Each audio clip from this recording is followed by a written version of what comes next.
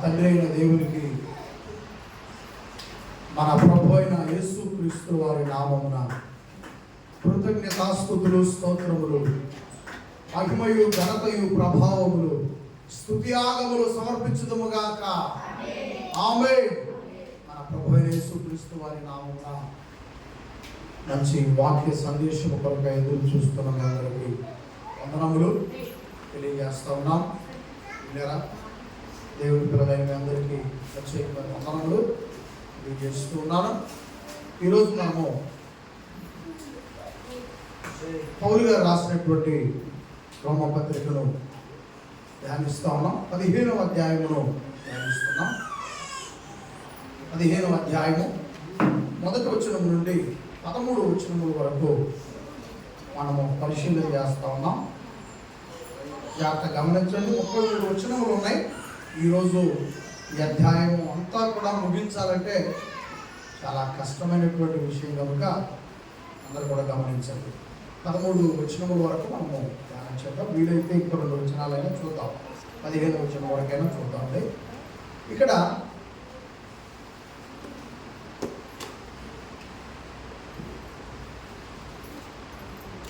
పదిహేనవ అధ్యాయము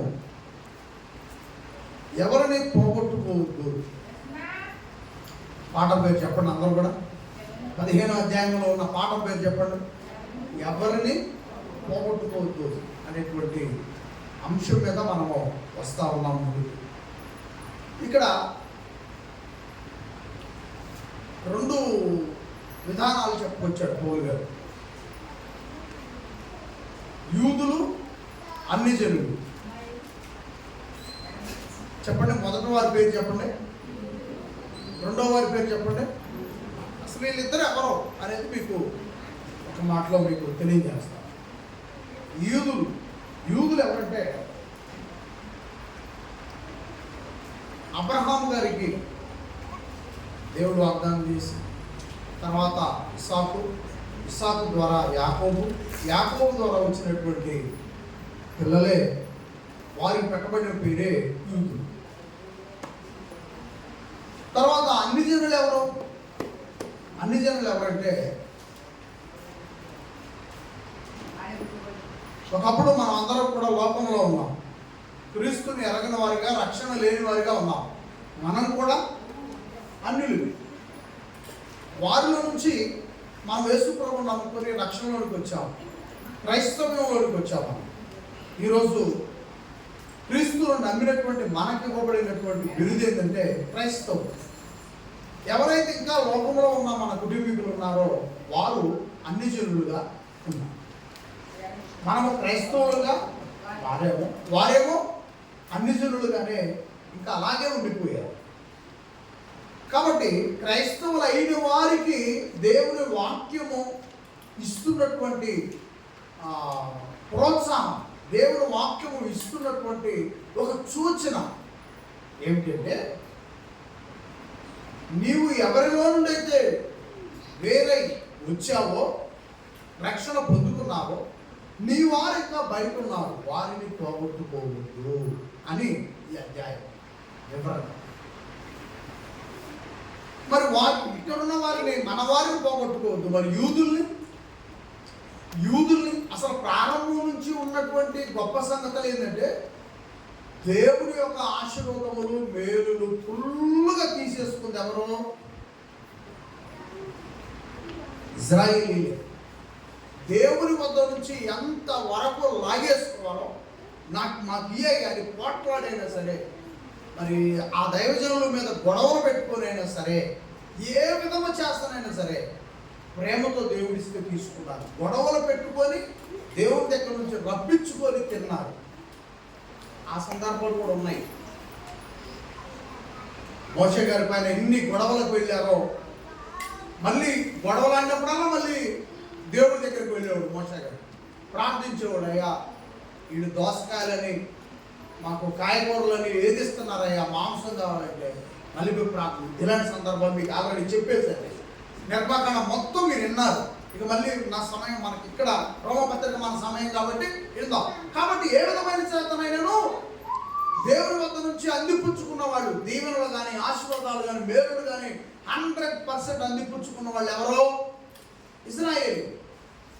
అయితే ఇప్పుడు ఆశీర్వాదములు ఇచ్చిన దేవుని కుమారుడైన, ఆశీర్వాదములు ఇచ్చిన దేవుడు, దేవుడి దగ్గర నుంచి వాళ్ళన్నీ తీసేసుకున్నారు. ఇప్పుడు ఆయన ఏం చేశారంటే ఆశీర్వాదములు, దీవెనలు, మేలులు భాగాలుగా పంపించడం కాదు, నేను అసలు ఆశీర్వాదానికి ఆధారమైన నా కుమారుడే పంపిస్తున్నా ఈ లోకానికి. ఆయనే యేసుక్రీస్తు వారు. పెద్దగా మైపర్సన్ కలిగి యేసు ప్రభు వారు, నా కుమారుల్లో సమస్తం ఉంది, ఆయనే పంపిస్తున్నానంటే ఇప్పుడు ఈ దీవెనలు, ఆశీర్వాదాలు, మేలులు ఫుల్లుగా తినేసారు. చూసావా ఇజ్రాయేలు వాళ్ళు? ఇప్పుడు ఆ కుమారుడు మేము నమ్మం, నువ్వు ఫస్ట్ నుంచి నువ్వే మాకు ఇచ్చింది, నీ మధ్యలో మళ్ళీ కుమారుడు ఏంది మాకు వద్దు అంటున్నావు, మాకు ఆ రక్షణ వద్దు, మాకు ఆ బాప్తిస్మం వద్దు అంటున్నావు. మాకు అబ్రహాం గారికి ఏం చెప్పు అదే చెప్పు, అదే బాగుంది ఎంజాయ్గా. యాకోబుకి ఏం చెప్పు అదే చెప్పు, అదే మాకు ఎంజాయ్గా ఉంది. మనుషులు కదండి కొన్ని పొరపాట్లు చేశాడు. యాకోబు గారు కూడా పొరపాటు చేశాడు. ఏమండి? అబ్రహాం గారు కూడా పొరపాటు చేశాడు. మనుషులు కదా వాళ్ళు, దేవుడు క్షమిస్తూ వచ్చాడు వాళ్ళని. కానీ యేసుక్రీస్తులోకి వచ్చిన తర్వాత పర్ఫెక్ట్ అయినటువంటి మనుషులు కావాలి. నేను యాకోబుని ప్రేమిస్తే అతను 4 కుటుంబాలు ఏర్పాటు చేశాడు. నా కుమారుల్లోనికి వస్తే, నా కుమారుడు వెళితే ఒకే పురుషుడు, ఒకే స్త్రీ కుటుంబంగా ఉండాలి అని దేవుడు ఏం చేశాడంటే యేసు ప్రభు పంపించి వివాహ బంధానికి పవిత్రత ఏంటో యేసు ప్రభు ద్వారా ఈ లోకానికి నేర్పించాడు. అది వాళ్ళు చేసిన తప్పులు. వాళ్ళు చేసిన తప్పులు బాగున్నాయి, కానీ దేవుడు కూడా వాళ్ళని వదిలిపెట్టలేదు. వాళ్ళు తప్పులు చేస్తున్నారు, క్షమాపణ అడుగుతున్నారు, తప్పులు చేస్తున్నారు, క్షమాపణ అడుగుతున్నారు. మాకు అదే బాగుంది అంటున్నారు ఇజ్రాయేలు. ఇప్పటికీ మాకు అదే బాగుంది అంటున్నారు. తప్పులు చేస్తాం, క్షమాపణ వస్తాం. ఇంకా లేదు. యేసు ప్రభు ఎప్పుడైతే వచ్చాడో ఆ తర్వాత ఇక వాళ్ళకి క్షమాపణ ఉందనుకుంటున్నారు, కానీ యూదులు వాళ్ళకి క్షమాపణ లేదు. వారు చేస్తున్న పాపాలన్నీ కూడా ప్రారంభపోయి ఉన్నాయి. క్రీస్తు న్యాయపీఠం దగ్గర ఆ పుట్ట పగులుద్ది, పాపాల పుట్ట పగులుద్ది. కాబట్టి ఇప్పుడు క్రైస్తవులకు ఉన్నటువంటి బాధ్యత ఏంటంటే, ఒకప్పుడు దేవుడి ఆశీర్వాదాలు బాగా తినేసినటువంటి వాళ్ళు, పాపాలు పెరిగిపోతున్నాయి, వాళ్ళను రక్షించే పని కూడా ఎవరు పడదు ఇప్పుడు చెప్పండి. వాళ్ళను కూడా యేసుక్రీస్తు రక్షణలోనికి తీసుకొచ్చే బాధ్యత క్రైస్తవులపైనే మోపాడు. ఇప్పుడు మన కుటుంబీకులు బయట ఉన్నారు, వాళ్ళు అన్ని జనులు ఉన్నారు, వాళ్ళను తీసుకురావాలి. పూర్వం నుంచి దేవుని ఆస్తులు ఆశీర్వాదాలు ఫుల్లుగా తినేశారు. వాళ్ళు ఇప్పుడు పాపాత్ములు అయిపోయారు. ఇప్పుడు వాళ్ళను కూడా క్రీస్తులోనికి తీసుకురావాలి. వాళ్ళని పోగొట్టద్దు అన్నాడు, వీళ్ళని పోగొట్టుకోవద్దు. చూడండి, దేవుడి పని మనకు ఉన్నది అనడానికి ఎంతటి బాధ్యత, బాధ పౌలు గారు కలిగి ఉన్నాడు. ఈ ప్రసంగం నేను చెప్పేది కాదు, పౌలు గారు చెప్పినటువంటి ప్రసంగం ఇది. ఎంత బాధపడ్డాడో చూడండి నా యేసు ప్రభు కోసం. యేసు ప్రభులోనికి, ఆయన రక్షణలోనికి ప్రజలను తీసుకురావాలని ఎంత అల్లడికల్లుడైపోయాడు ప్రియమైన ఉన్నారు. దయచేసి అందరూ కూడా గమనించండి. మనము ఎవరిని పోగొట్టుకోవద్దు అనేటువంటి ఈ అధ్యాయం, ఈ పుస్తకానికి, రోమపత్రికకి ఎవరిని పోగొట్టుకోవద్దు అనేటువంటి పాఠాన్ని మనము కట్టడం జరిగింది. ఈ అధ్యాయం, ఈ పుస్తకం అంతా కూడా ఎవరిని పోగొట్టుకోవద్దు అనేది ఈ పుస్తకం యొక్క ఉద్దేశం. కాబట్టి దయచేసి గమనిద్దాం, చూద్దాం.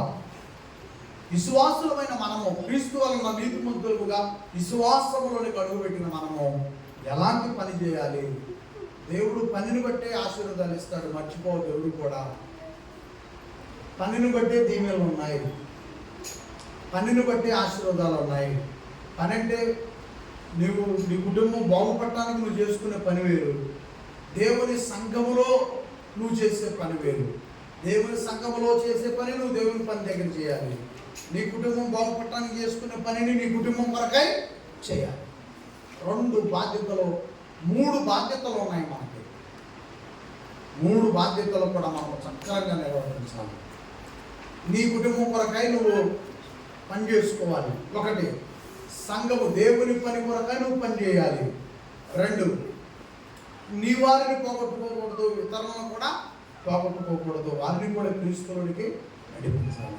ఇలాంటి బాధ్యతలు పౌలు గారు నెరవేర్చాడు. ప్రియమైన మనమైతే అసమర్థులుగా ఉండొచ్చు, ఒకవేళ స్వామరులుగా మనం ఉండొచ్చేమో, కానీ దేవుడు మనల్ని కూడా నిలబెట్టుకొని గొప్ప పని చేయడానికైనా ఆశీర్వాదాలు ఇస్తాడు, దీవెనలు ఇస్తాడు. ఒకవేళ మనలో సోమరితనం ఉన్నా, బద్ధకత్వం ఉన్నా, మనలో అసమానత ఉన్నా దేవుడిని అడగండి, దేవా ఈ పని చేసే భాగ్యాన్ని నాకు కూడా అనుగ్రహించు, ఆ బలాన్ని ఇవ్వని తండ్రిని అడిగితే ప్రభు తోడుగా ఉంటాడు. పరిశుద్ధాత్మ వారు మీకు సహాయంగా ఉంటారు, తండ్రి పని చేస్తారు.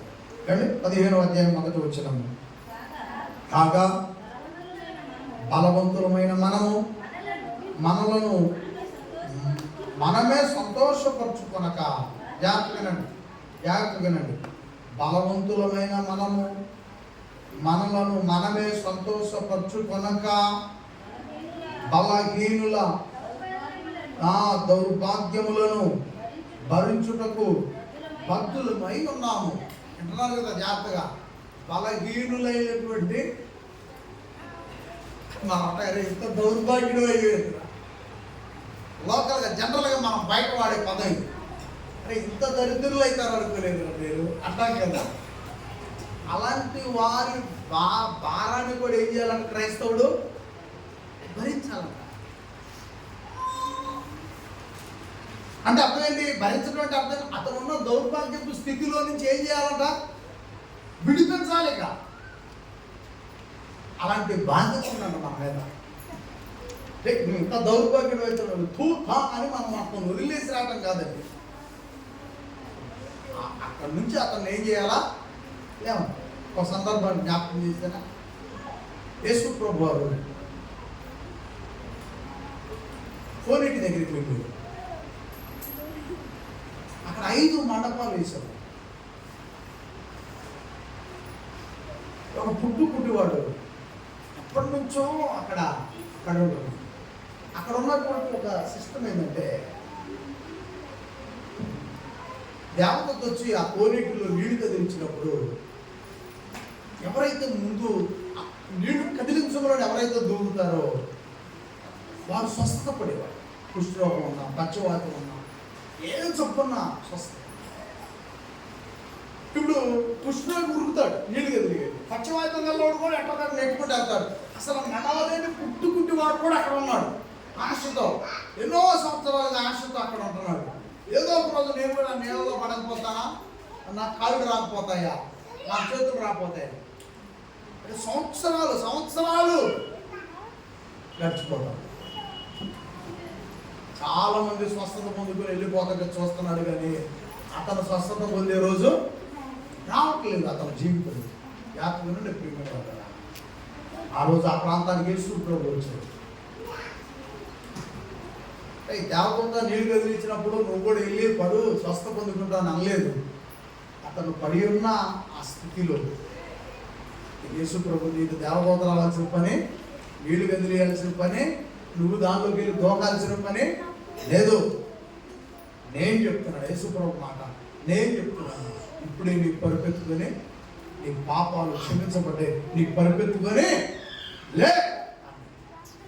ఆయన మాట జీవము కలిగిన మాట. ఒక్క మాటతో అతని పాదాలు బలం పొందుకునేది, అతని దేహం బలం పొందుకుందండి.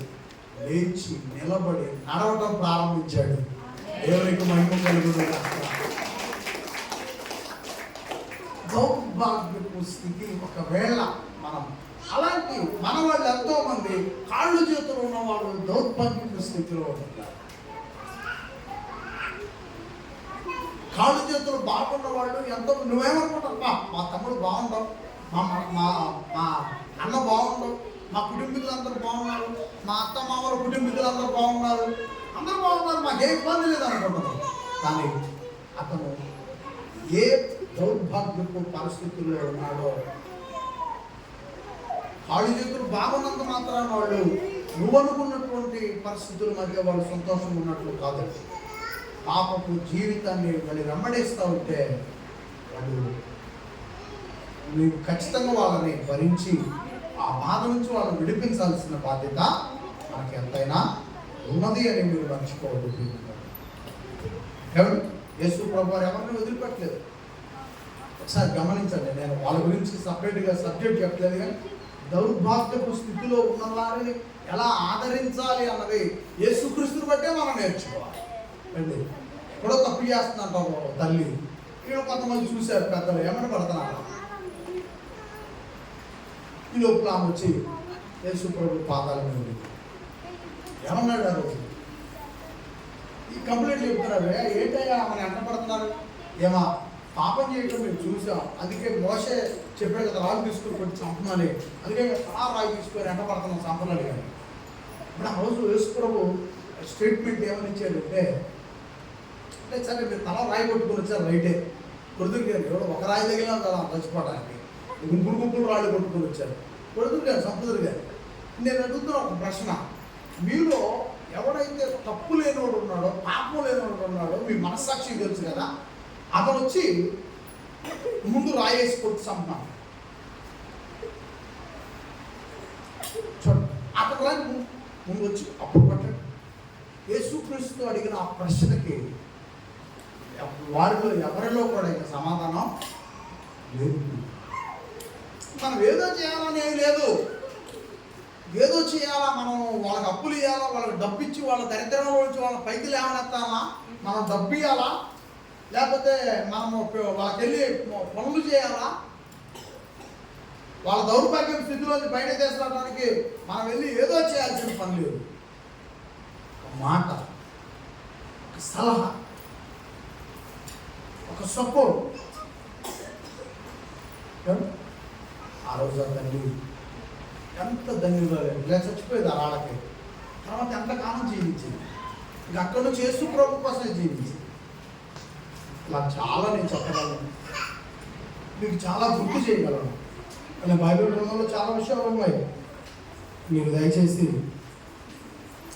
మరి మనం కూడా యేసుక్రీస్తువే మనకు మాదిరి కాబట్టి, యేసు ప్రభువే మనకు మార్గం కాబట్టి, యేసు ప్రభువే మనకు ఆధారం కాబట్టి, అపోస్తులే మనకు మాదిరి కాబట్టి, వాళ్ళు చెప్పిన మాటల్ని నేడు బ్రతుకుతున్నా మనం. వాళ్ళు చెప్పి చనిపోయారు, వాళ్ళు చెప్పారు చనిపోయారు, కానీ చెప్పించింది ఎవరో పరిశుద్ధాత్మ దేవుడు కాబట్టి ఈ మాటలో సజీవంగా మందాకు తీసుకొచ్చాడు. మనం నడిపిస్తున్న ఒక పరిశుద్ధాత్మ వారే కనుక ఖచ్చితంగా మనం ఆయనకు లోబడాలి. మనం అలా జీవించడానికి ప్రయత్నం. రెండవ వచనం, తన పొరుగువానికి క్షేమాభివృద్ధి కలుగునట్లు మనలో ప్రతివాడును మేలైన దాని యందు అతనిని సంతోషపరచవలెను. కానీ వింటున్నారు కదండి, నేను చెప్పి నేను రాసుకొచ్చినవి కాదండి.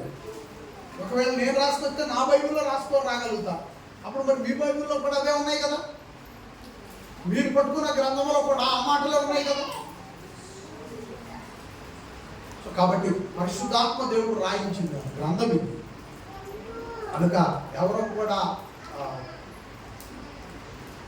వేరే స్టేట్మెంట్లు ఇవ్వడానికి అవకాశం లేదు. తన పొరుగు వారికి క్షేమాభివృద్ధి కలుగునట్లు మనలో ప్రతివాడును మేలైన దాని యందు అతనిని సంతోషపరచవలెను. పొరుగు వారికి మేలు చేయవలెను. పొరుగు వారికి మేలు చేయమన్నాడని కొన్ని కేటగిరీలు ఉంటారు. లబోదిబో ఒత్తుకుంటారు. నీ దగ్గర మొత్తం ఎంత డ్రామా బయట తీయాలో అంత డ్రామా, అంత యాక్షన్, అంత నాటకం చేస్తారు, తీసుకొని పోతారు. ఇక మళ్ళా నీ జీవితంలో నీకు కనిపించదు. పొరుగువారంటే కొంత చట్ట మార్గంలో నడిచేటువంటి వ్యక్తులు కూడా ఉన్నారు.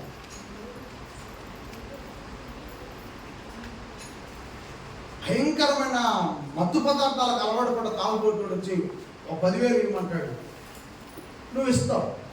దేవుడు వాక్యం చెప్పింది కదా ఇద్దామని ఇస్తావు. ఇతను మా 10,000 మర్చిపోవట్లే కానీ అంత రక్షణలోకి వస్తాడా? అలా కాదు. నీవు సరైనటువంటి అవగాహన, సరైనటువంటి విధానము, నీ సహాయానికి సరైనటువంటి విధానం ఉండాలి. ఎవరైతే నీకు అత్యంత సన్నిహితులుగా, స్నేహితురాలుగా నువ్వు చెప్పినటువంటి రక్షణ స్వార్థ గురించి వింటూ ప్రభు మార్గంలో నడుస్తున్నప్పుడు నువ్వు చేయాల్సిన సహాయం ఏంటంటే, ఉదాహరణకి ఇక్కడ మీలో ఒకరికి ఏదైనా టైలరింగ్ వచ్చిందనుకోండి, బట్టల కుట్ట మీకు వచ్చింది, వేరే వాళ్ళకి మీరు పీస్ వర్క్ కింద వెళ్ళి బట్టలు కుడుతున్నారు. సహాయం ఎలా చేయాలన్న దానికి వివరణ పీస్ వర్క్ కింద వెళ్ళి చేస్తున్నావు, పని చేస్తున్నావు అక్కడ. అప్పుడు ఆ సమస్య నీ దగ్గరకో నా దగ్గరకో వచ్చింది. రోజు వెళ్ళి అక్కడ కుట్టలేక, ప్రయాణాలు చేయలేక అల్లాడుతున్నాను. ఒక 15,000 రూపాయలు, 10,000 రూపాయలు, 20,000 ఉంటే ఒక మిషన్ వస్తుంది. ఏదైనా అవకాశం ఉంటే నాకేమైనా సహాయం చేయగలరా మీరు? తిరిగి మరలా అవి మీకు నేను ఇన్స్టాల్మెంట్లోనైనా లేదంటే కొంచెం ఆ డబ్బు ఏర్పడిన తర్వాత ఇచ్చేస్తాను. అప్పుడేం చేయాలి? ఎట్టి పరిస్థితుల్లో కూడా ఇంకా వెనక్కి తిరగకూడదు, తప్పించుకొని పోకూడదు. ఆమెకు పనొచ్చు కానీ మిషన్ తెచ్చుకునే డబ్బు అనేది ఆమె దగ్గర లేదు. అప్పుడు నిన్ను ఆశ్రయించింది, నీ సహాయం కోరింది, అప్పుడు ఇచ్చేసేయి. ఆమె క్షేమాభివృద్ధిని చూస్తే ఆమె టైలరింగ్ వలన తన పిల్లలను చదివించుకుంటుంది, తన కుటుంబాన్ని చక్కదిద్దుకుంటుంది, తన అభివృద్ధి అయింది. తర్వాత తన రాబడిలో నుండి దేవుని సంఘ క్షేమాభివృద్ధి కోసం కూడా ఆమె ఖర్చు పెడుతుంది. అలా కొంతమంది పనిచేసేవాళ్ళు ఉంటారు, బాగా ఇంట్రెస్ట్గా పనిచేసేవాళ్ళు ఉంటారు. తన పాడిగేదలు మేపుకోవాలనిపించింది, ఆమెకు ఒక 50,000 అవసరమైంది, నేను పాడిగేదలు కొనుక్కుంటానని నీతో చెప్పింది. సహాయం చేయండి. నమ్మకమైన వ్యక్తిని బట్టి సహాయం చేయాలి. రోడ్డును పోయి అడ్డదిడ్డమైన వాళ్ళు కాదనేది మీరు గుర్తుపెట్టుకోండి. క్రీస్తు కూడా తన్ను తాను సంతోషపరుచుకొనలేదు కానీ నిన్ను నిందించు వారి నిందలు నా మీద పడెను అని రాయబడినట్లు ఆయనకు సంభవించింది. అంటున్నారు కదండి. యేసు ప్రభు గురించి మాట్లాడుతున్నాడు ఇక్కడ. క్రీస్తు కూడా తన్ను తాను సంతోషపరుచుకోనలేదు కానీ యేసు ప్రభు జీవితంలో సంతోషం ఉందా? ఆయన ఇతరులకు సంతోషాన్ని ఇచ్చాడు కానీ ఆయన తన జీవితంలో ఏ మాత్రం కూడా మనము చూసే సంతోషాన్ని కనపరిచింది. నానా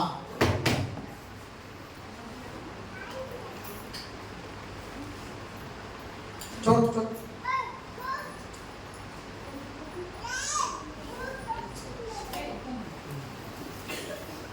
చూడు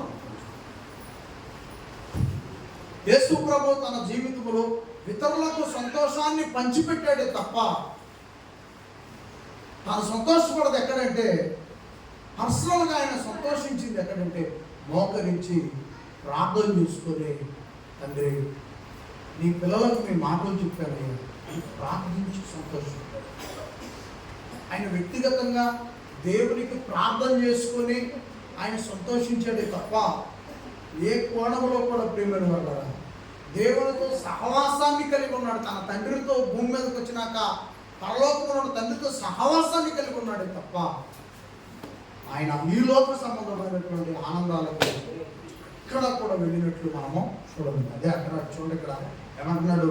క్రీస్తు కూడా తన్ను తాను సంతోషపరుచుకోనలేదు కానీ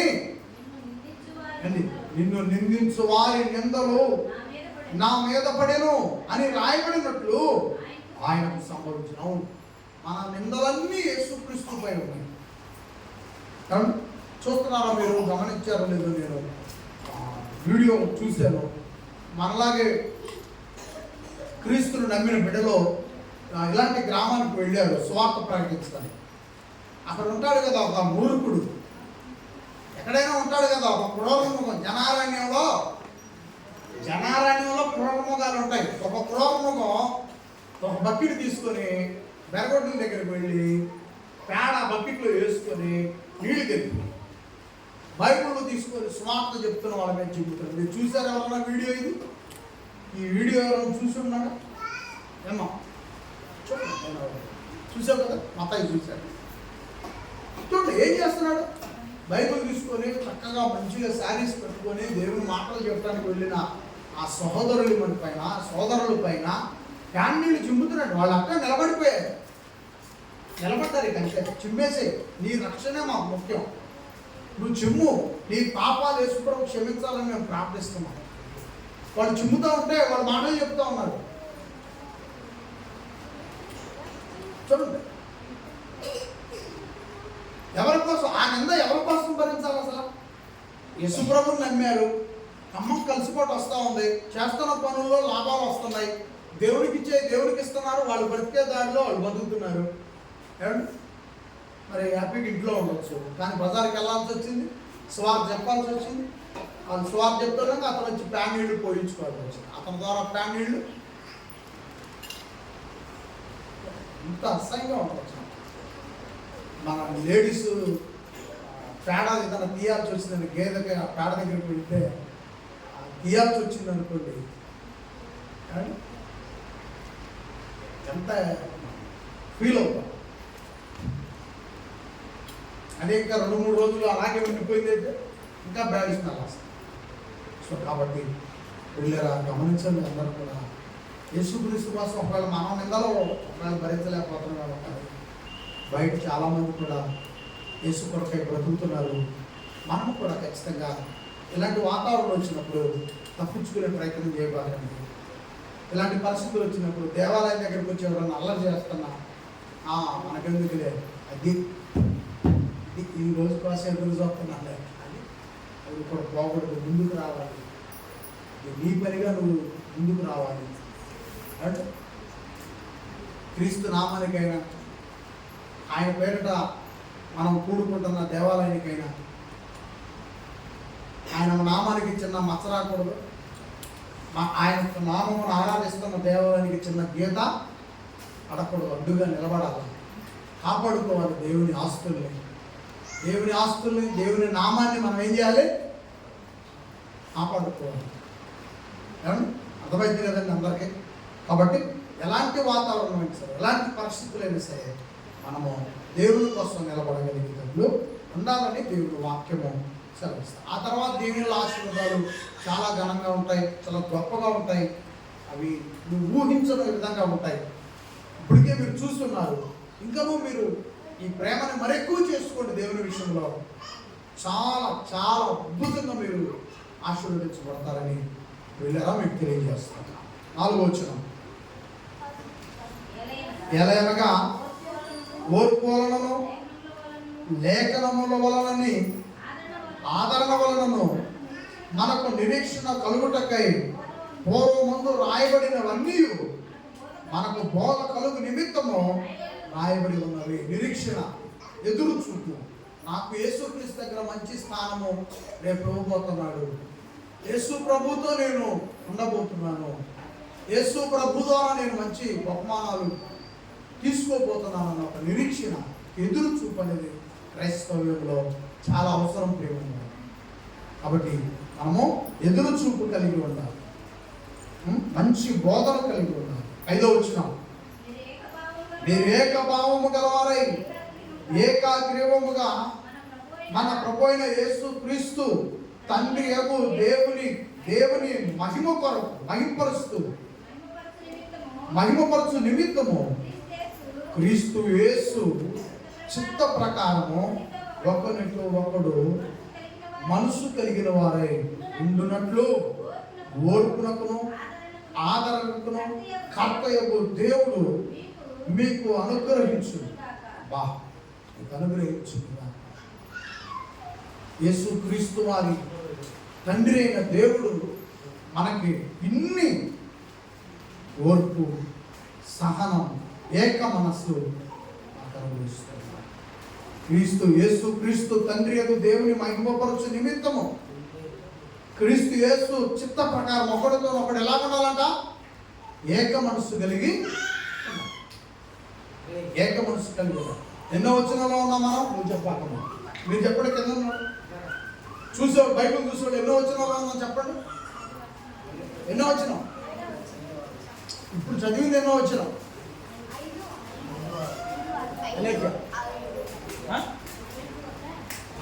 ఎవరు భోజనం పెడుతున్నారు?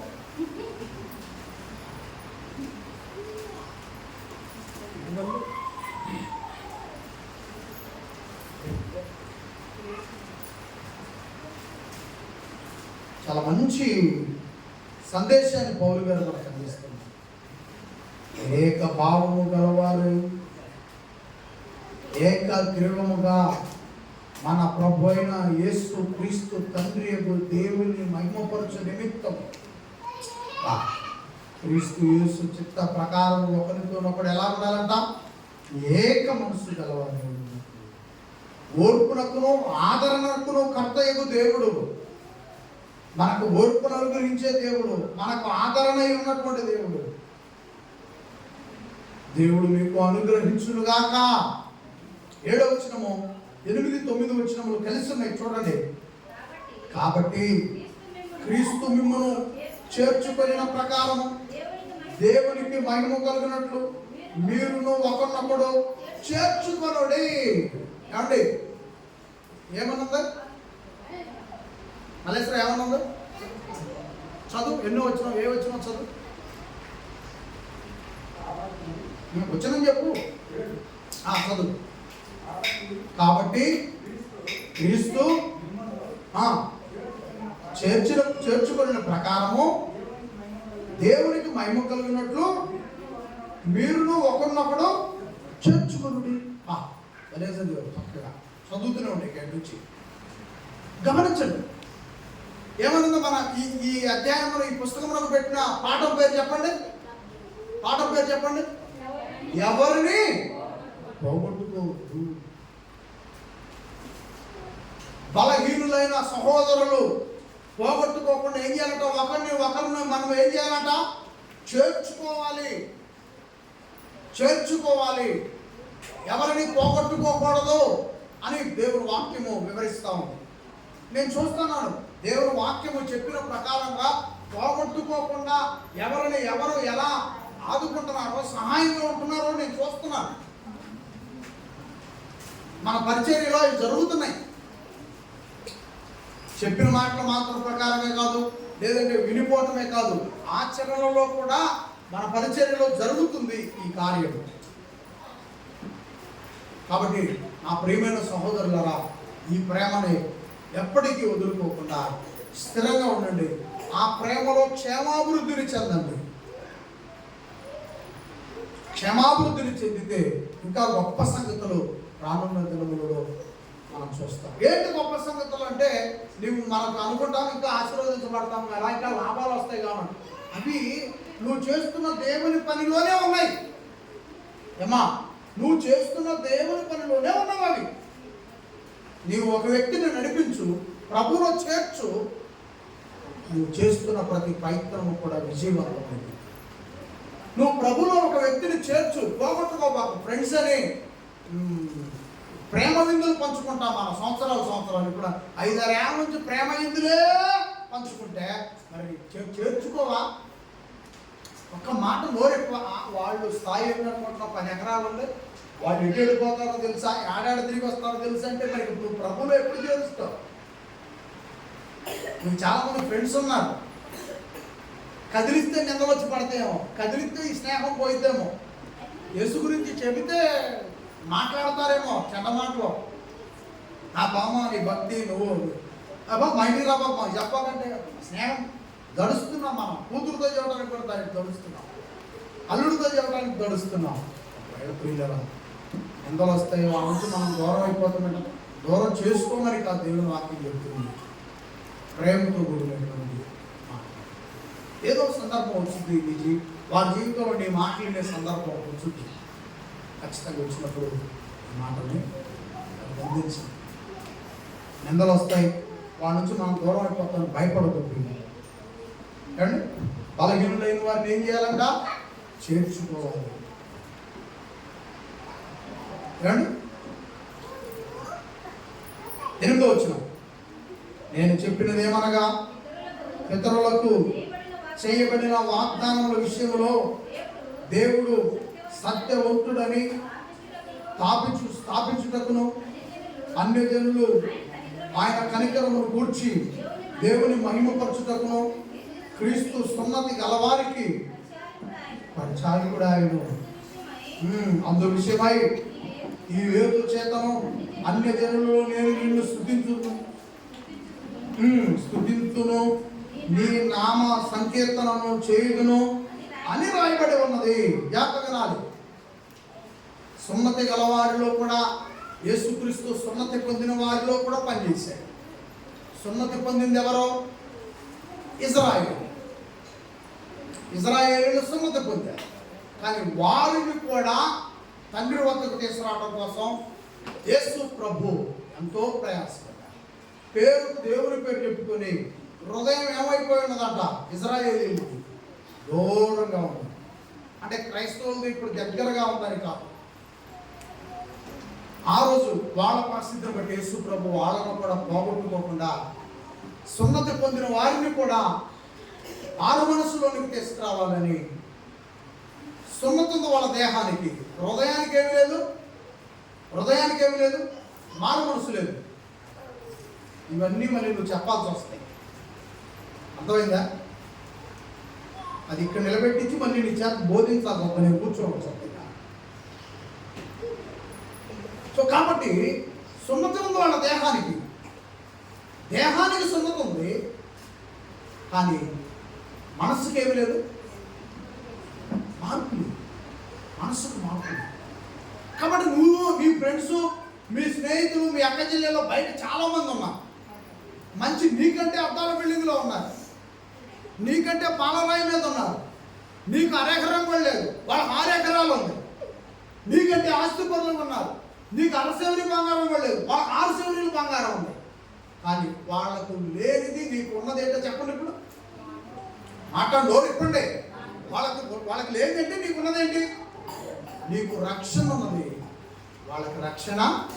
నువ్వేమంటున్నావు? వాళ్ళ ఇంటి పక్కన కూడా ఉన్న చర్చి ఆడకపోతున్నారు అని అంటున్నావు. ఇజ్రాయేలీలకు సున్నతి దేహానికి ఉందా లేదా? మరి మారు మనసు ఎందుకు అవసరమైంది?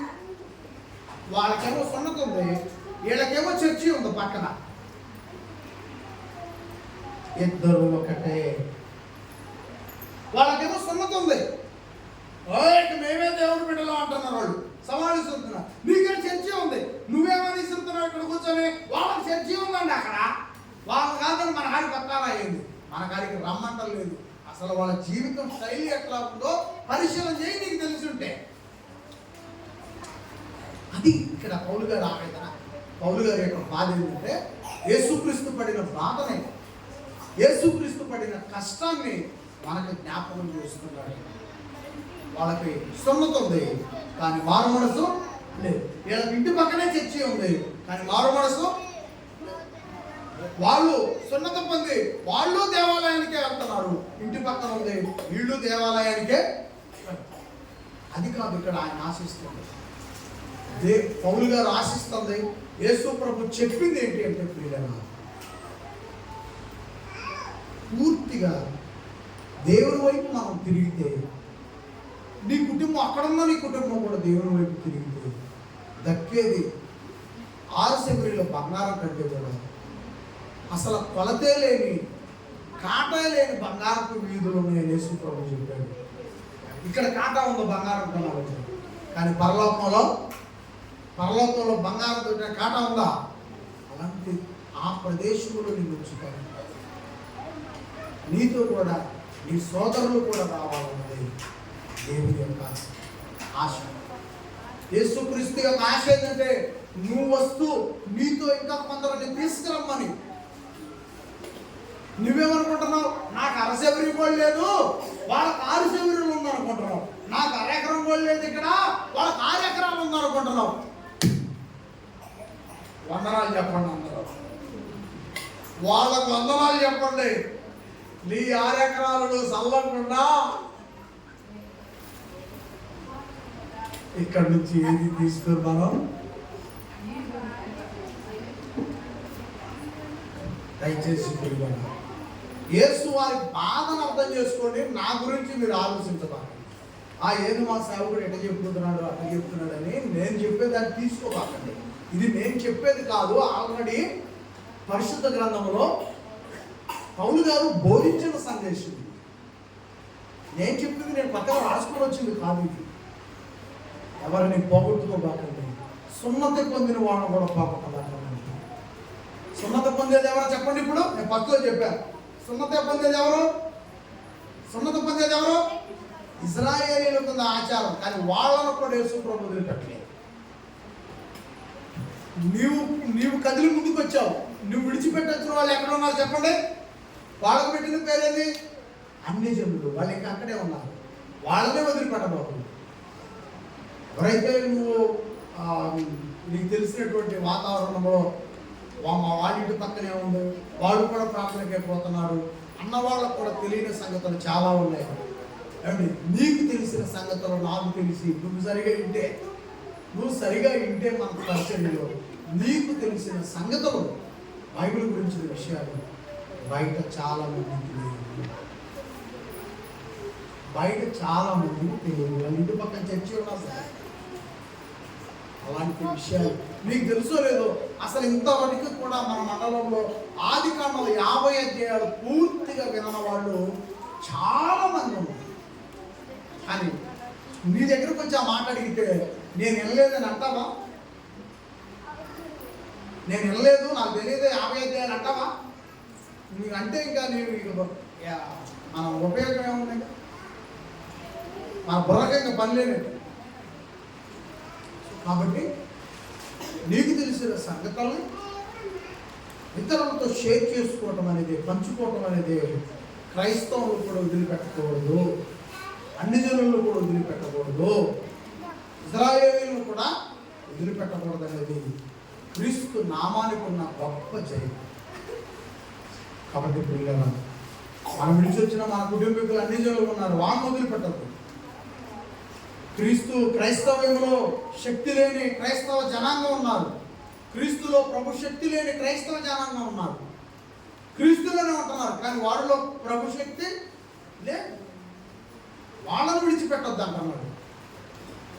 మేము పూర్వం నుంచి యెహోవా దేవుని నమ్ముకొని ఉన్నాం అంటున్నాడు ఇశ్రాయేలీయులు. వాళ్ళను వదిలిపెట్టొద్దు అంటున్నాడు. ఎంత బాధపడ్డారండి వాళ్ళు, చాలా బాధపడ్డారు.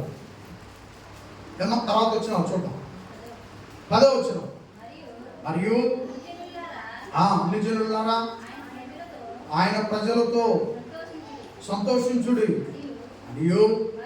మరియు సమస్త అనుజనులారా ప్రభువు స్తుతించుడి.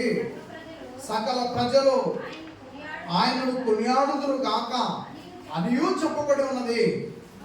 మరియు యెషయా ఇలాగ చెప్తున్నాడు. బైబిల్ పెద్ద గొప్ప ప్రవక్త ఏమని చెప్తున్నాడంట? యెషయా ఇలాగ చెప్పుచున్నాడు, యెషయాలో నుండి వేరు చిగురు అనగా అన్ని జనులను ఏలుటకు లేచువాడు వచ్చును, ఆయన యందు అన్ని జనులు నిరీక్షింతురు. కాగా మీరు పరిశుద్ధాత్మ శక్తి పొంది విస్తారముగా నిరీక్షణ గలవారగుటకు నిరీక్షణ కర్తయగు దేవుడు విశ్వాసముల ద్వారా సమస్త ఆనందముతోను సమాధానముతోను మిమ్మును నింపునుగాక. ఆమేన్. చూడండి, అన్ని జనులకు కూడా ఒక గొప్ప అవకాశం రాబోతా ఉంది అని ఎవరు చెప్పారంట? అక్కడ ఎవరు చెప్పారని పేరు ఉందో చదవండి. అక్కడ ఒక బైబిల్ పెద్ద పేరు ఉందా, ఆయన పేరు చదవండి. ఎవరు చెప్పారంట? యెషయా గారు చెప్పారంట. యెషయా గారి ద్వారా దేవుడు మాట్లాడాడు. యెషయా గారి ద్వారా దేవుడు చెప్పించాడు ఏమని? అన్ని జనులలో కూడా గొప్ప ఉద్యమం రాబోతా ఉంది, అన్ని జనులు కూడా దేవుని మహిమపరచబోతా ఉన్నారు, అన్ని జనులు కూడా దేవుని ఆరాధించబోతున్నారు. ఆ రోజులు రాబోతున్నాయని కొన్ని వందల సంవత్సరాల క్రితం ముందే చెప్పు. నేను మిమ్మల్ని ప్రశ్న అడుగుతున్నా, మెలుగుగా ఉన్నవాళ్ళు చెప్పండి, జ్ఞానం ఉన్నవాళ్ళు నోరెప్పండి. మనము క్రీస్తులోనికి రాకముందు మనము చెప్పబడినటువంటి ఈ 3 భాగాలలో ఎవరిలో ఉన్నాం? మనం గట్టిగా చెప్పాలి. ఎవరిలో ఉన్నాం?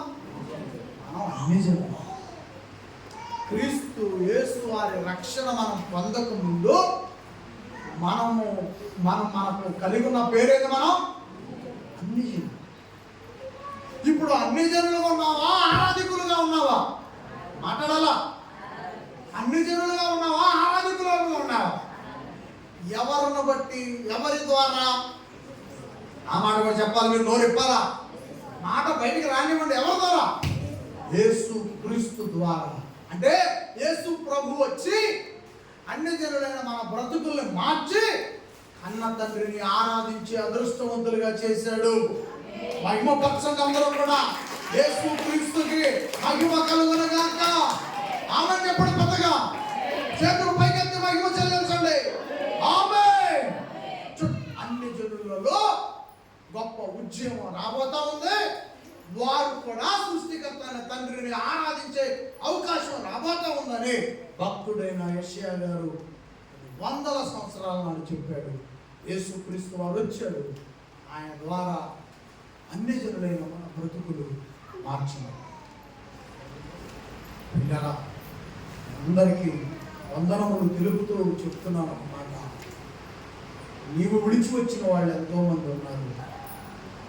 ఆస్తులు చూడబాకండి, వాళ్ళున్న క్యాడర్, వాళ్ళు ఉన్నటువంటి స్థాయిని చూడబాకండి. వాళ్ళలో ఉన్న దేవుని ఆత్మకు లేని రక్షణ వాళ్ళు క్రీస్తు ఈనాడు వస్తే, ఈ క్షణం వస్తే వాళ్ళు ఎంత అల్లడిపోతారు. ఒకసారి మనసారా జ్ఞాపకం చేసుకున్నది బైబిల్ గ్రంథం యొక్క ఆవేదన, దేవుని మాటల యొక్క ఆవేదన ఇదే. కాబట్టి ఈ ఆవేదన నా చిన్నతనంలో నాలో ప్రారంభమైనది అనుకుని మీరంతా రక్షణ కోసమే నేను ఇక్కడ చెప్పిన నిందలు భరించాను, బూతులు భరించాను, అమ్ముకురమ్ము అంటే ఛాతికి ఛాతి ఆనించి ఎత్తి కాలంలో అయిపోయారు. అలాంటప్పుడు కూడా ఒక్కడే నిలబడ్డాను ఈ రక్షణ కోసం, క్రీస్తు కోసం. ఆయన ఇచ్చిన, నాకు కల్పించిన రక్షణ, మరై కల్పించిన రక్షణ, ఆ రక్షణ బలము ఎంత గొప్పదనేది, నేను ఎదుర్కొన్న వాతావరణం, నేను పడిన బాధలు, శ్రమలు నీకు తెలుసునివి ఖచ్చితంగా చెప్పాల్సింది. అది ఈ సందర్భాన్ని బట్టి గుర్తు చేస్తున్నాను. అలాంటి వాటిని కూడా తట్టుకొని వాటికి ఎదురు నిలబడ్డామనంటే రక్షణ యొక్క విలువ, రక్షణ భాగ్యం యొక్క బలం ఎంత గొప్పదనేది మీకు నేను అర్థమైతే నాకు అదే చాలు. అంత గొప్పదే రక్షణ. దేవుని ఆత్మ అంత గొప్పదే. మీ నుండి ఆ జీవజాలం ఇంకొకరు ప్రవహించడానికి ప్రయత్నం చేయండి. మీలో యేసుక్రీస్తు పుట్టించిన ఆ రక్షణ అనే జీవజాలం మరొక వ్యక్తికి వ్యాప్తి చెందాలి. మరొక వ్యక్తికి ఆ జీవజాలంలోనికి అవకాశం కల్పించండి. ఆత్మ బలం అంత గొప్పది పోయింది. కాబట్టి దయచేసి అర్థం చేసుకోండి. ఏమా, ఇదే దేవుని ఆవేదన, దేవుని బాధ. అదే నేను పడే బాధ కాదు ఇది. నేనైతే మనిషిగా ఇంత బాధపడాల్సిన అవసరం లేదు. ఎందుకంటే ఏ విధంగా చేతనైనో నేను ఈ భూమి మీద బతకగలను, ఎంజాయ్ చేయగలను. కానీ దేవుని ఆత్మ విలువ తెలిసిన వాడిని కనుక, మీకు కూడా ఆ విలువ తెలిసింది కనుక ఈ మాటలను జ్ఞాపకం చేస్తున్నాడు దేవుడు మా అందరికీ. ఏమా, మీరు పరిశుద్ధాత్మ శక్తి పొంది విస్తారముగా నిరీక్షణ కలవాలన్నటకు, నిరీక్షణకు కర్తయ్యకు దేవుడు విశ్వాసము ద్వారా సమస్త ఆనందముతోనూ సమాధానముతోనూ నిన్ను నింపుడుగాక. ఆమేన్. 14వ వచనం, నా సహోదరులారా, మీరు కేవలము మంచివాడును సమస్త జ్ఞాన సంపూర్ణను, ఒకరికి ఒకరు బుద్ధి చెప్పు సమర్థులనై ఉన్నారని నా మటుకు నేను మిమ్మల్ని గూర్చి రూఢిగా చదవని వచ్చిన. ఇప్పుడు చదవండి. ఎన్నో వచ్చిన?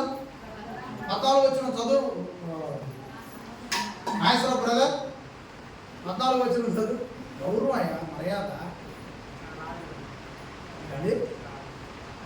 14 వచ్చిన చదువు. బైబిల్ దగ్గరకు తీసుకో, 2 చేతుల మీద బైబిల్ తీసుకో, చదువు. 14 వచనం రావాలా, మాటలు రావాలి బయటికి, చదవాలా. అక్కడ ఏమని ఉందో నీకు అర్థమైంది, చదువు చదువు, మాటలు చదవాలి, దేవుని మాటలు చదవాలా. గట్టిగా చదువు, పెద్దగా చదువు. చదువు. నా సహోదరులారా, మీరు కేవలము మంచివారును సమస్త జ్ఞాన సంపూర్ణను ఒకరికి ఒకరు బుద్ధి చెప్పు సమర్థులై ఉన్నారని, ఇక్కడ బుద్ధి చెప్పు సమర్థులై ఉన్నారని నా మట్టుకు నేను మిమ్మల్ని గురించి గుడిగా నమ్ముచున్నాను. చదువు వచ్చి దాచిపెట్టుకోవడం, చదువు వచ్చినప్పుడు దాచిపెట్టుకోవడం. చాలామంది ఈ మాట అంటే, వాస్తవం చెప్పాలంటే సహవాసం సగం అయిపోవడానికి కారణం ఇలాంటివి. సహవాసం ఏమైపోయింది, సగం అయిపోవడానికి కారణం ఇది. నచ్చదు ప్రజలకి. కానీ ఈ వచనాన్ని తట్టుతో నిలబడితేనే నేను చెప్పగలను, ఈ వచనాన్ని తట్టుకో నిలబడు. కట్టలు పట్టుకొని దేవాలయంలో నిలబడతాం. తట్టు చెప్పండి. దేవుడికి మహిమ కలుగును, దేవుడికి మహిమ కలుగునుగాక. ఆమెను చెప్పండి.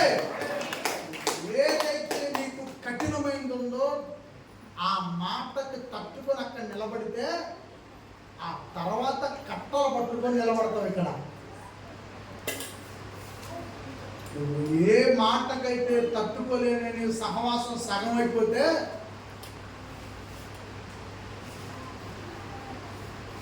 ఏముండదు, అక్కడ ఏముండదు. ఎక్కడ ఉండాలో అక్కడే ఉంటుంది. ఎక్కడ దేవుడు ఒక్కసాట ప్రారంభించాడో అక్కడే ఉంటుంది.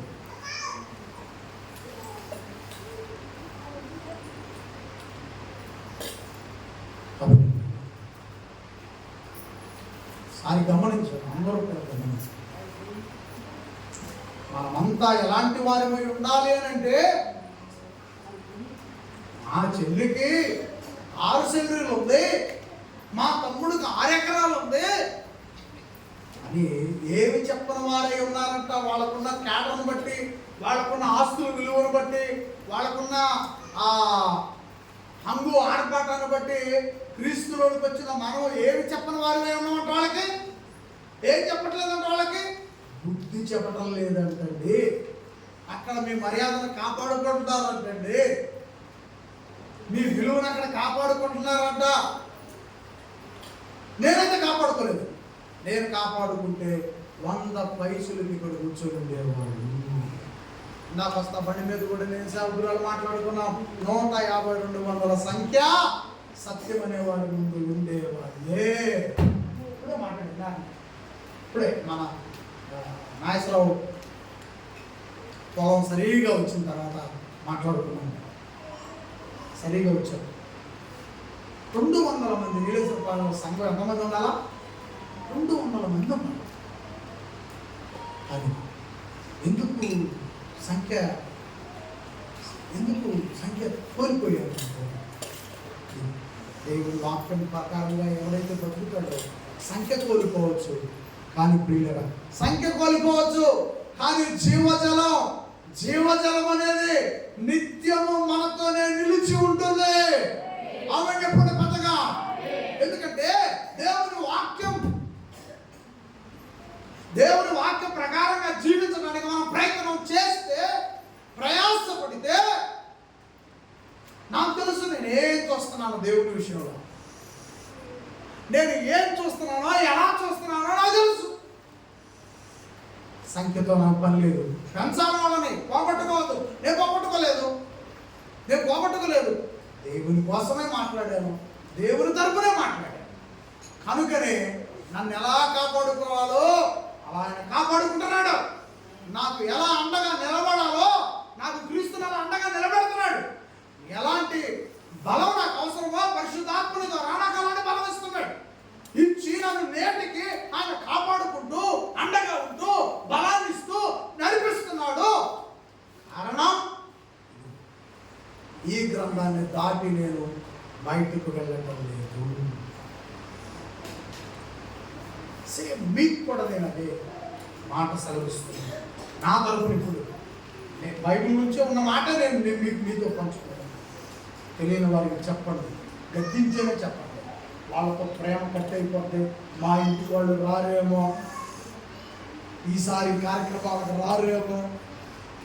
లేదు, కొంచెం గద్దించడం అవసరం. రుమై తరాల నుంచి ఇంకా ఆ పాపంలోనే ఉంటారా? తరతరాల నుంచి ఆ పాపానికి బానిసలైపోతారా? ప్రయోగం అది కూడా సాధ్యమైతే. ఏమండి 15 వచ్చింది. అయినను అన్ని జనులను అర్పణ పరిశుద్ధాత్మ వలన పరిశుద్ధపరచబడి ప్రీతికరమగునట్లు నేను స్వార్థ విషయమై యాజక ధర్మము జరిగించుచు దేవుని చేత నాకు అనుగ్రహించబడిన కృపను బట్టి అన్ని జనుల నిమిత్తము యేసు క్రీస్తు పరిచారకుడినైతిని. ఇది హేతు చేసుకొని మీకు జ్ఞానము చేయవలెనని మీకు జ్ఞాపకము చేయవలెనని ఉండి ఎక్కువ ధైర్యము కలిగి సంక్షేపముగా మీకు రాయుచున్నాను. దేవునికి మహిమ కలుగును గాక. అక్కడక్కడ పదాలు తప్పుపోతున్నాయి. కారణం ఏంటంటే ఈ కళ్ళజోడు ఎత్తుకొని పోయామన్నమాట. ఈ కళ్ళజోడు ఇచ్చే కాడికి వెళ్ళే. ఇప్పుడు అంతకుముందు మన సోదరి లక్ష్మి హాస్పిటల్ పెట్టింది కదా, అక్కడే ఇప్పుడు స్పెట్స్లో ఒక బ్రదరు స్పెట్స్ ఆఫీస్ పెట్టుకున్నాడు. ఆయన ఏమంటారు మరి, మన దగ్గర కూడా వస్తానన్నారు. ఫ్రీగా నేను చెకప్ చేస్తానండి, ఏదైనా అవకాశం ఉంటే చెప్పండి అన్నాడు. అతను వస్తానంటే ఏదైనా సాయంత్రం పూట రమ్మని చెప్తాను, నేను మీకు మొత్తం క్యాన్వాస్లో చెప్తాడు. అతను నా కళ్ళు కరెక్ట్ చేశాడు. బ్రదర్, అతను ముందు మీకు ప్రాబ్లమ్స్ ఉన్నాయి? నాకేం లేదు, ఇది కూలింగ్ కాదు, ఓన్లీ వేడి చేస్తుందండి నాకు ఎక్కువ అంటే కూలింగ్. ఒకసారి మరి చెక్ చేయమంటారని చేశాడు. చేస్తే నాకు మస్కలు ఉంటాయి. మస్క్ వచ్చిందండి. ఇది మస్క్ ఉందని చెప్పాడు. చిన్న చిన్న అక్షరాలు పెడితే లాస్ట్లో ఉన్న అక్షరాలు కనపట్టలేదు. ఓ బెదరో మీకు మస్క్ వచ్చింది పాస్టర్ గారు అన్నాను. మంచిది,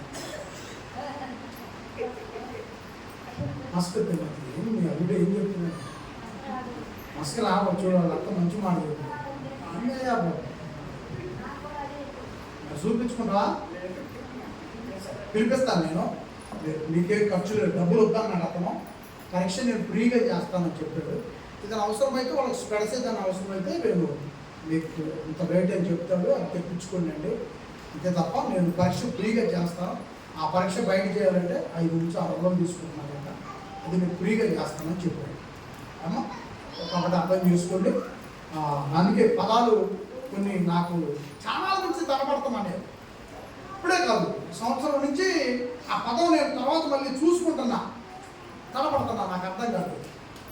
కారణం మననే తెలిసింది. ఆ స్పెల్స్ రెడీ అయింది, రేపు ఈరోజు తీసుకుంటాను నేను. ఎందుకంటే అవసరమైతే మీరు లైవ్లో చూడండి, పెట్టుకుంటాను. యాక్చువల్గా లైవ్లో పెట్టుకొని మస్కల్ మొహం అనుకోదాకండి. మస్క్ వచ్చిందంటే అర్థం చెప్పండి. పెద్ద వయసుకి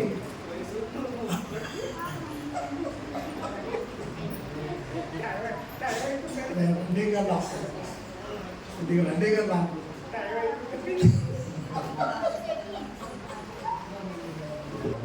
చాలా వచ్చిన వాళ్ళు చెప్పారు.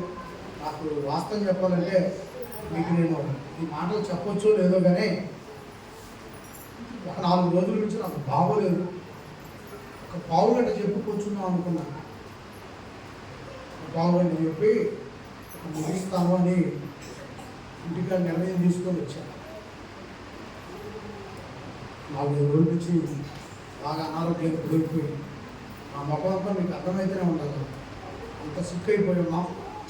కానీ దేవుని మహాకృప వలన ఈ సంగతులన్నీ కూడా నేను ఇలా బోధించగలిగినట్టయితే దేవుని గొప్ప కార్యం అని నేను విశ్వసిస్తా ఉన్నాను. దయచేసి అర్థం చేసుకోండి. నేను హుషారుండి మిమ్మల్ని ఇబ్బంది పెట్టడానికి కేకలు పెట్టలేదు. ఇక్కడ వాస్తవం నా బాడీలో ఆరోగ్యం లేదు, చాలా సిక్ అయి ఉన్నాను. అయినప్పటికీ కూడా ఇక్కడ నిలబడి ఇంత మాటలు ఇంత చూపు చెప్పగలిగానంటే ఈ శక్తి వెనక దేవుని కృప ఉంది, పరిశుద్ధాత్ముడి బలం ఉంది, యేసు ప్రభు తోడు ఉంది, కన్న తండ్రి ప్రేమ ఉంది. ఆమె చెప్పండి. లేదంటే బాగుంది చెప్పి మీకు ఆపేసేవాడిని. 17వ వచనం దగ్గర ఎక్కువ పెట్టుకోండి. 17వ వచనం కూడా చెప్పండి. 18 దగ్గర పెడదామండి.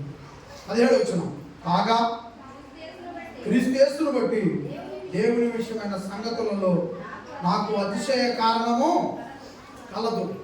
18వ వచనం, 17వ వచనం దగ్గర టిక్కు పెట్టేసి, క్రీస్తు యేసును బట్టి ఎలా ఉందంట? అతిశయ కారణము కలదు. మనం దేవుని బట్టి అతిశయిస్తున్నామనంటే ఇక్కడ కూర్చున్న మీరందరూ కూడా యేసుక్రీస్తుని బట్టే అతిశయిస్తున్నారు. మీరంతా నిజంగా అదృష్టవంతులని ఈ మాటను బట్టి నేను చెప్పగలను. మీరంతా అదృష్టవంతులు, యేసుక్రీస్తు రక్షణ పొందుకొని ఉన్నారు. మీరంతా అదృష్టవంతులు. దేవుడు మీకు ఇచ్చిన ఆత్మకి దేవుని కుమారుడు యొక్క రక్షణ ధరింపజేశాడు. కాపాడుకోండి చివరిదాకా, కాపాడుకోండి చివరిదాకా. మన తుది శ్వాస విడిచేంత వరకు నిలబెట్టుకోండి. ఈ భూమి మీద మనము చాలా గొప్ప సంగతులు చూస్తాం. భూమి మీద నుంచి వెళ్ళిపోయిన సంగతులు కూడా మహిమ కార్యాలతో కూడిన, మహిమతో కూడిన సంగతులు చూస్తాం. భూమి మీద గొప్ప సంగతులు చూస్తాం. భూమిని విడిచిపెడితే మహిమ సంగతులు చూస్తాం. ఆమె చెప్పండి. అందరికీ దేవుడి కృప, ప్రభు దయ, పరిశుద్ధాత్మ సహాయం తోడుగా ఉండదు కాక. అందరికీ వందనములు.